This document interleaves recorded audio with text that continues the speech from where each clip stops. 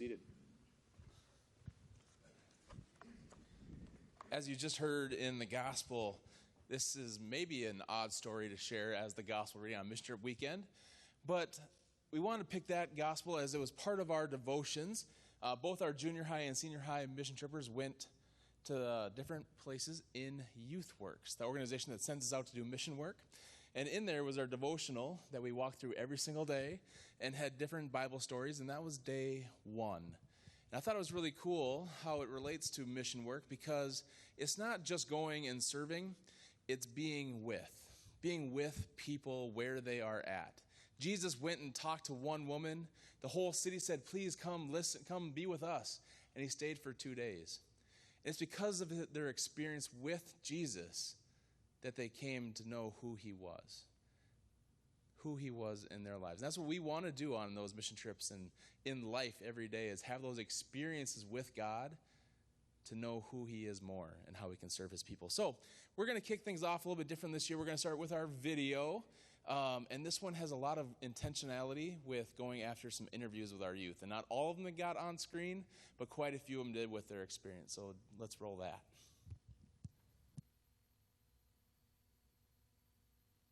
I love mission trips.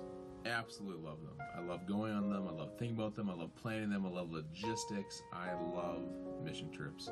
I truly believe that every single person that comes along on a mission trip, God is handpicked for whatever reason. Whether it's to meet with one person on this trip, to have a connection with one kid or one adult or one of the people sitting next to them in the vans. God handpicks them because there's a reason for them to go on this trip, whether they know it or not. Some people have asked, Aaron, why do you go so far on these mission trips when there's so much need here in Minnesota or down in the cities or here even in St. Cloud? Why do we go as far as we do? And Maya Herbst, I think she said it best. Like I got a lot closer with more people. So. Why do you think that is? I think, well, longer van rides because we went farther out. So a lot farther. Yeah. 30 hours or something. Yeah, so I think it's just like being forced to talk to people. Like I got closer with them. And we mix up the vans. We are very intentional with, first day, sit with who you'd like to, sit with a friend. Second day, you will probably sit with a friend, but you're going to have some new people in your van and get to know them a little bit. Get to know their stories and who they are, what they do for fun, and you might just make a new friend.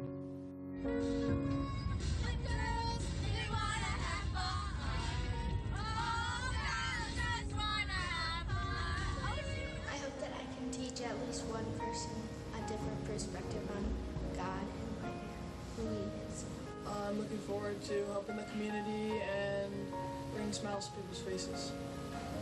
I'm Riley. I'm going into 9th grade and this is my first mission trip ever. I had heard stories from other people, I don't remember who, but how being on a mission trip, it just really changed them. And I decided that I wanted to step out of my comfort zone and do something that would make a change in somebody or random person's life. I thought I would just be, mowing lawns or cleaning gardens, weeding, but it became a whole lot more than just cleaning or weeding. I got to know some kids at the place where I worked at, and it really made me change my whole perspective. I served at my father's house, which is an interim housing unit for people between homelessness and permanent housing. We served at the daycare, so parents could go out and work or look into finding jobs while the kids had somewhere safe to be, somewhere fun they could play and release all their energy before their parents came home. I would say that you can't really understand the mission trip until you've been on one, because before I went on it, I thought I knew exactly what was going to happen, but then when I got there, it was completely changed. I realized I had no idea what was going to happen, and anything could happen, and it's really life-changing. The biggest takeaway I'm probably going to take from this happened on our last night, which was Night Strike, where we walked around and either prayed or just walked around and gave stuff to people that were on the streets, such as sandwiches and lemonade and socks. But my my biggest takeaway is that, especially the way the person running the night strike explained it, was that like some of these people, this is the only recognition they get all day, or the biggest gift they'll get all day. And even though it might feel small to us, or like it didn't make a very big impact, there is more of an impact than we might realize. On one of our days, we were at an emergency food bank where people could come in and get free food for their families. And what I realized and what I took away from that is that these people, you see them like usually alone on the streets or maybe at like night strike. It's just one person, but they're trying to support, but a lot of them are trying to support multiple people, whether it's kids or relatives, family. Well, something that was pretty big was that some of the kids that we saw at Salvation Army was like standoffish and away from the group, and once you got to know them and nice and want to do the same thing the other kids did, they were just probably shy or nervous. And I want to, when I go home, I want to not be so, I guess, judgy and not judge a book by its cover. When I go home, I think I'll really want to ask people that are like in these tough situations, like how they got there, or what's been happening to them, because I just want to get to know what their full story is. So we were on the same work crew this week, and for our first 2 days, we were residing a house, and just building it for someone who was previously homeless and was now going to have a new house to live in. So yeah, we were residing the house. Yep, it was at a place called Dignity Village that they set up in Portland, Oregon, and it was a really cool experience to see those people that got homes. And we'd take it off because the group before us didn't do it right, so measure twice, cut once. I thought it was really cool to give out blessing bottles at the ocean when we went there, because I didn't expect to do that day, but we all needed them, so we gave them out. My last takeaway is when, even though we were giving, we were still receiving at this. We were giving joy to other people, and as we were giving joy, it made us happy to see that they were happy. From the bottom of our hearts, we just want to say thank you. Thank you for generously supporting us, for loving us, for praying for us as we go out to be the hands and feet of God. Thank you so much. Junior high mission trip youth and adult leaders, come on up for a second. I just wanted the congregation to be able to see our crew. Come on up. There were 31 youth on this mission trip and 6 adults to Portland, Oregon. And this is my 15th one leading at Celebration, and every single one has been completely different and completely unique. And some of these people you saw in the video, and some maybe you didn't. There were a lot of youth that didn't make the 6.5-minute cut. There's a lot up there, and a lot that I have that just show the story and tell the story of God impacting our lives. It's not necessarily going out and just serving, but it's making an impact on us. Sometimes we always think about going out and serving others and how we're going to be just these wonderful people coming into Portland or whatever, and it's just not the case. If there's just one more thing you'd want to add, you don't have to, but if there's one thing you'd love to add, please do. No pressure. Yeah. Tina, you're first. Yeah, right. I don't know. It was a super cool experience. Probably the thing that I took away the most was just being with the other adult leaders. We have lots of fun inside jokes that nobody else would get, but they're pretty funny to us. Yeah, it was amazing experience.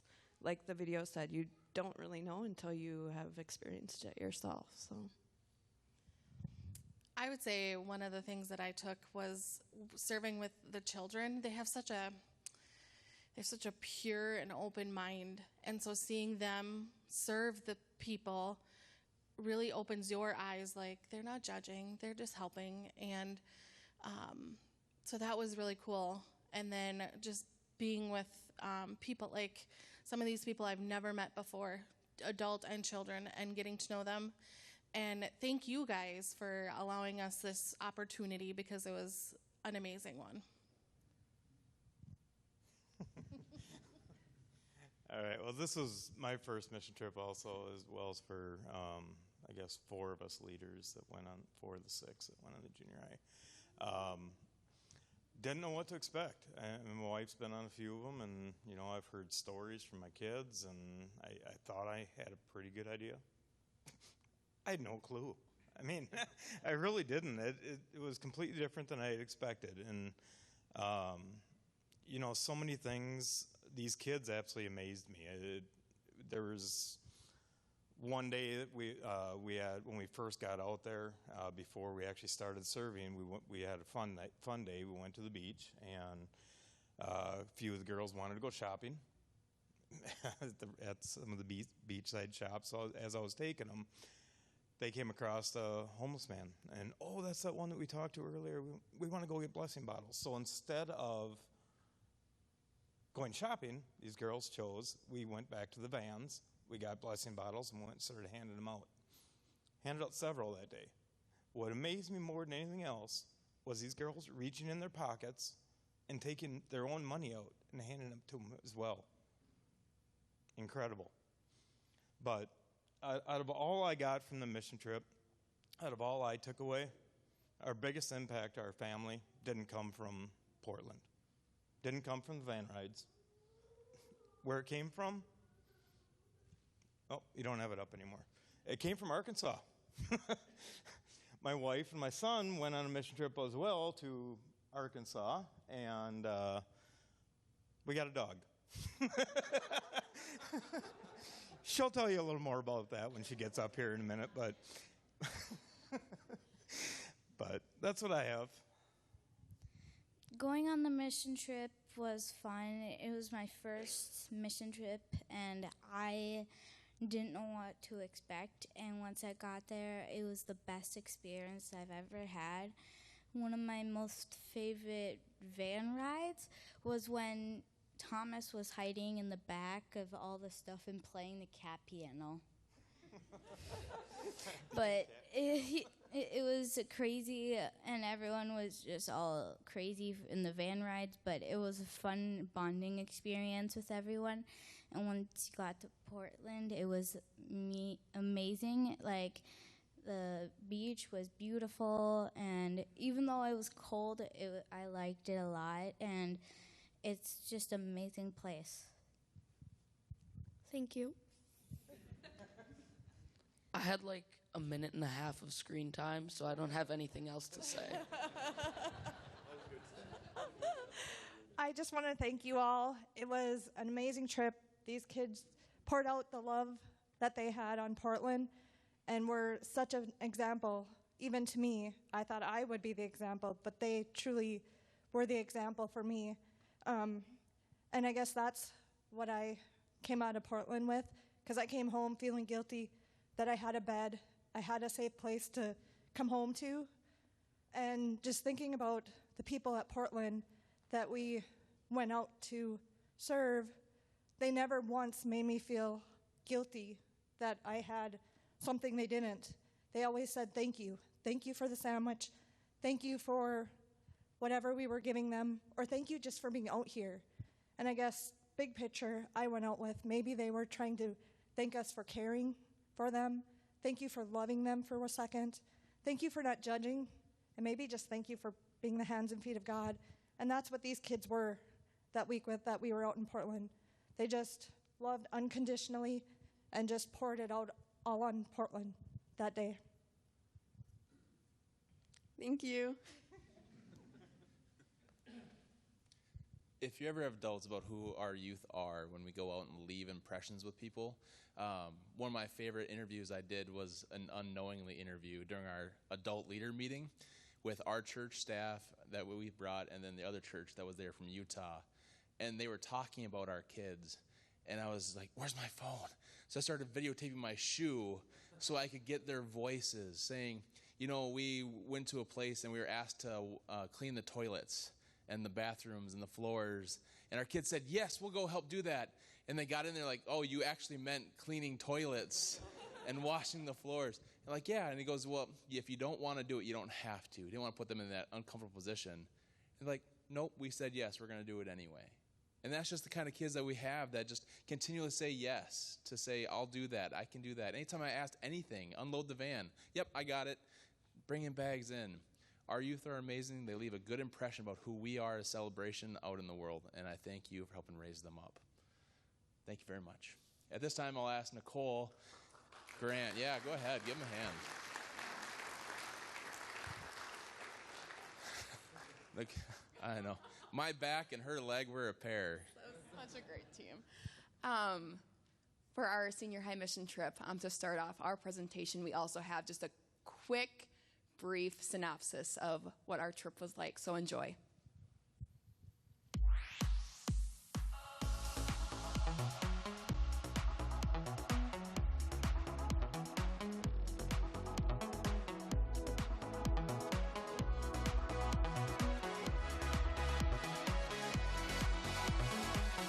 Waking up knowing there's a reason.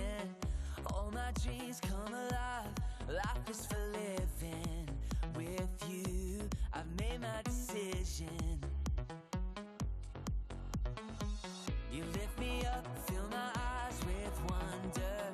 Forever young in your love, this freedom's untainted. With you, no moment is wasted. See the sun now bursting through the clouds, black and white, turn to color all around. All is new in the Savior I have found. This is living now.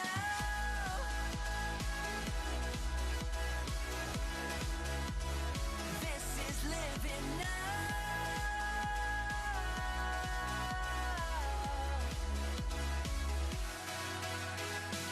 You lead the way, got your eye beside me.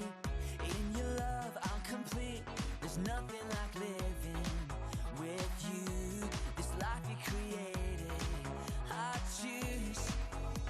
See the sun now bursting through the clouds, black and white, turn to color all around. All is new in the Savior I have found. This is living now. Once again, you see the people that show up to help. This is amazing. I want to say we don't get anything like that. I appreciate everything everybody's done. I don't know what to say. We thank y'all all very much. Living now.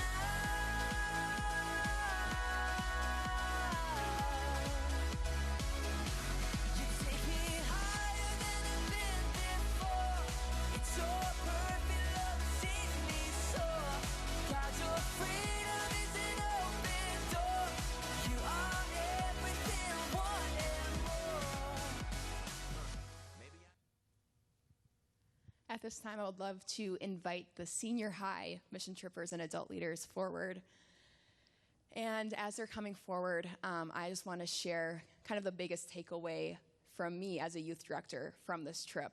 So, as those of you that know, this was a mystery mission trip, Celebration's first ever, where it was actually from some of the high school youth last summer. They asked me, hey, Nicole, can next year's mission trip be a mystery? Don't tell us where we're going. I'm like, sure, that sounds great. And so we did it. I looked at different locations, picked one, didn't tell anyone where we were going besides obviously some of the staff and all of that. And these youth and adult leaders decided to say yes to the unknown, yes to an adventure of stepping out in faith.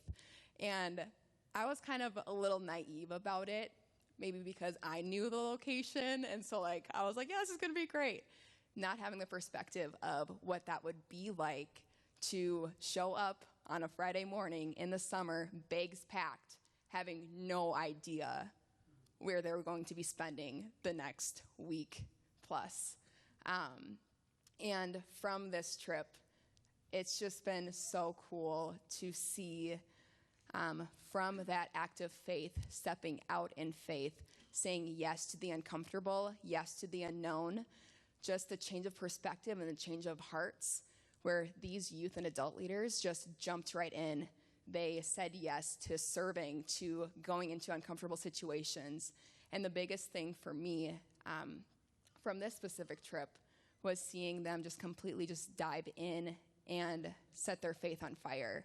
It was so cool to just have random moments of worship where at night when it was 10:30 p.m. after a hot day of serving, oh yeah, by the way, the surprise location was Arkansas, humid, hot, exhausted. We were outside scraping houses, painting, working in the heat, all of that exhaustion, 10:30 p.m. at night, where it's like, okay, yeah, let's sleep. I'm tired.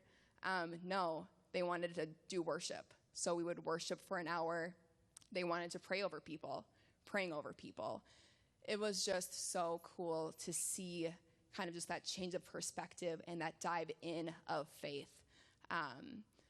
And now processing back on it, there's just something so powerful of going from a comfortable situation to an uncomfortable situation on behalf of other people.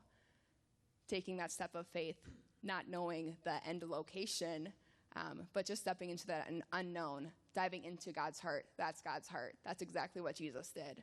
He went from a comfortable situation up in heaven to an uncomfortable situation here on earth to be with us. And we had the opportunity to literally do the same thing and share in that ministry with Jesus. And it's so cool to see just the change of heart and the change of perspective in that. And at the end of our trip, we passed through Kansas City on the way home, and we stopped at the International House of Prayer. And this is a place where literally it's just an open space 24/7 where you can come in and you can worship and pray. That's it. So we decided this is how we're going to end our trip, by reflecting in all of that. We get in, and again, it's just an open space, a time of worship and a time of prayer. And again, end of the week, we're tired, we're exhausted. All we want to do is go sleep. But they jumped in head first, and standing in the back, looking at all of them, walls were breaking down. People were praying for the first time, like alone to God. And just those personal moments with God was just so powerful to see.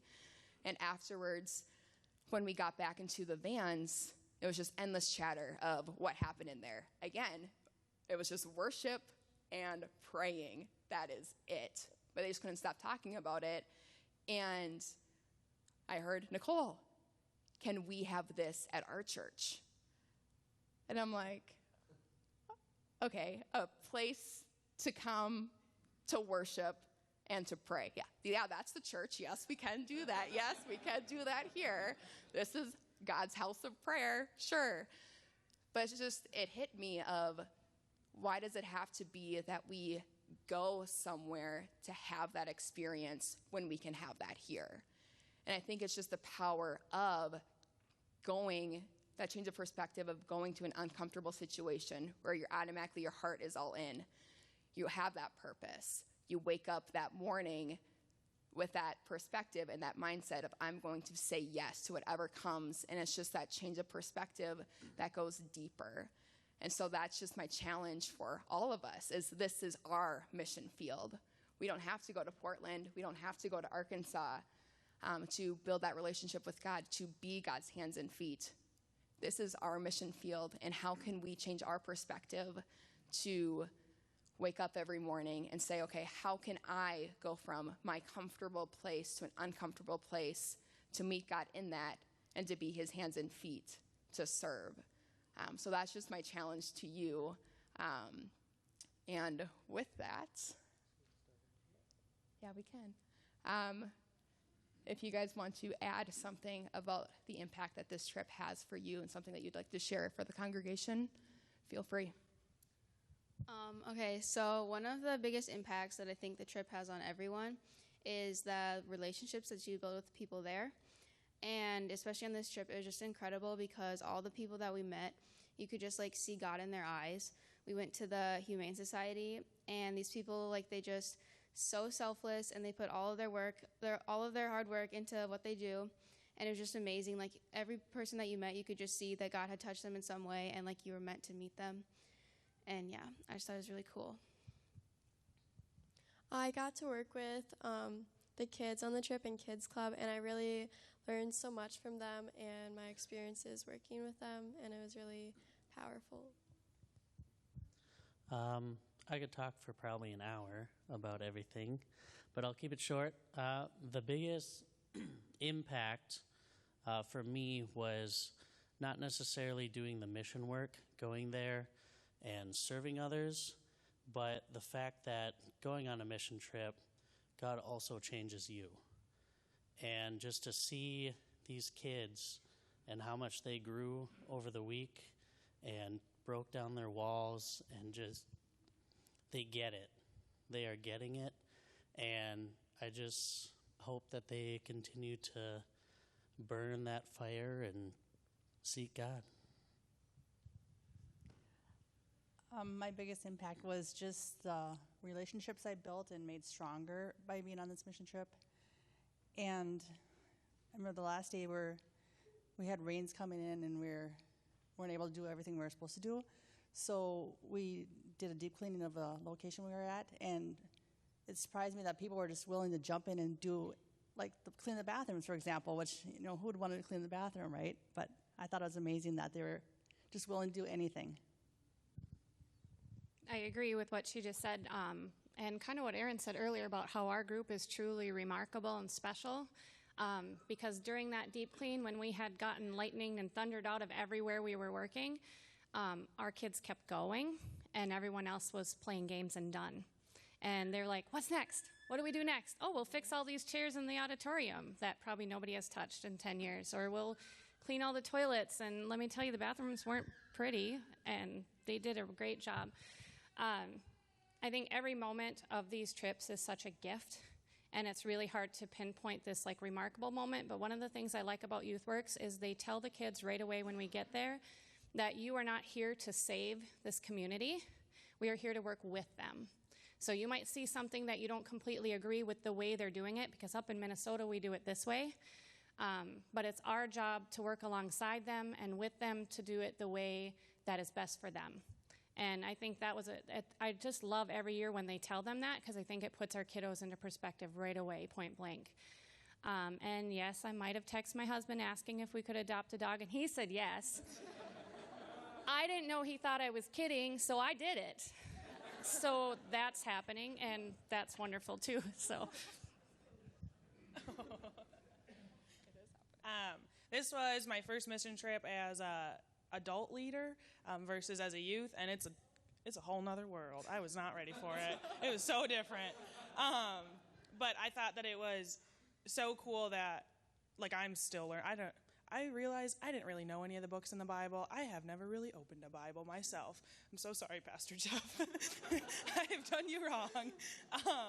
But we started a Bible study just a few weeks ago, and now, like, it's kind of growing, and that's kind of interesting. And just the youth finally realizing that it's okay to question the Bible, because not everybody knows everything. And then to flip it and go, it's not as complicated as everybody makes it out to be. I mean, there's like 2,000 pages in there, but it's really simplified if you just really look at it and dive into it. And my favorite part about the mission trip is the worshiping.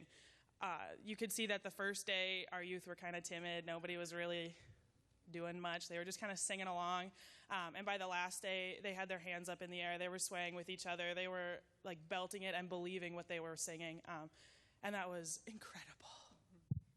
There you go. Thank you. That Humane Society that has been brought up a couple of times, and you saw it in the video up there, like the video said, is the only non-kill shelter in the South. Over 300 dogs, over 50 cats. And just the mentality of that community is, we don't care about animals. And so the extent of abuse to these animals is insane. While one of our groups was there, a dog was brought in, emergency, and he was chained up in his backyard with a chain around his neck. and it was so tight that you could see the bones sticking out of its neck. Just last week, we got a notification from Miss Rita, who works at this shelter, that one of her own dogs was killed. People will literally drive around the shelter and just start shooting the dogs and the animals. They need donations desperately, specifically sheets, old t-shirts, stuff like that. When dogs have puppies, just something as simple as having a sheet on the concrete floor could save their life. And dog food, all of that. So if you want to bring in donations, we will send it back down there to them. And then also, going back to the International House of Prayer, where some of the youth are like, Nicole, we want this at our church. We are having this at our church. Every Sunday night from 8 to 10 p.m., come when you want, leave when you need. It's just an open space. We open up this space, have worship music on in the background, and just a great way to start your week unplugged. That's one of the power of these mission trips, is you unplug yourself and you're more receptive to God's Spirit and His voice. So if you would love that, we invite you to come Sunday nights tonight, 8 p.m. to 10 p.m. Come when you can, leave when you need. And lastly, thank you. Thank you for all of your support, financially, prayers. Literally, I haven't felt prayers so strongly in my life than this week. It was so cool to see just how the Spirit was moving in these youth's hearts. And financially, we wouldn't be able to have these experiences and have these life change without your support. So thank you.